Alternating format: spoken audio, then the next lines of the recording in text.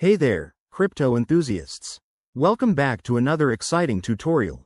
Today, we're tackling how to send ETH from Bitget in 2025. Whether you're new to the crypto world or just need a quick refresher, this step-by-step guide will have you transferring Ethereum like a pro. Bitget is one of the top exchanges out there, known for its user-friendly interface and robust security features. So, let's dive right in and get you sending ETH in no time. First things first, make sure you're logged into your Bitget account. If you don't have one yet, head over to the Bitget website or app and sign up. It's quick and straightforward. Once you're in, navigate to the Wallets or Assets section. This is where you'll see all your cryptocurrencies, including your ETH balance. Next, select your ETH from the list.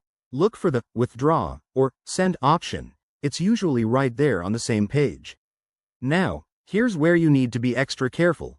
Enter the recipient's Ethereum wallet address. Double-check this address to avoid any costly mistakes, as crypto transactions are irreversible. After that, you'll need to specify the amount of ETH you want to send. Bitget will show you any network fees involved, so keep an eye on those. They can vary based on blockchain congestion. If you have two-factor authentication, 2FA, enabled, which I highly recommend for security, you'll get a verification code to confirm the transaction. Hit that Confirm button, and voila, your ETH is on its way.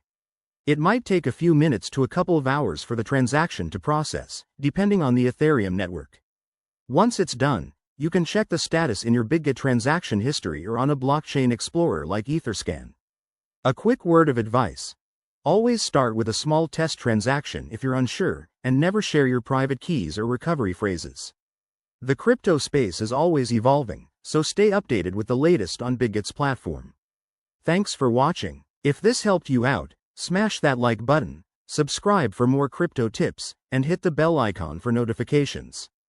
Drop your questions in the comments below. I'm here to help. See you in the next video.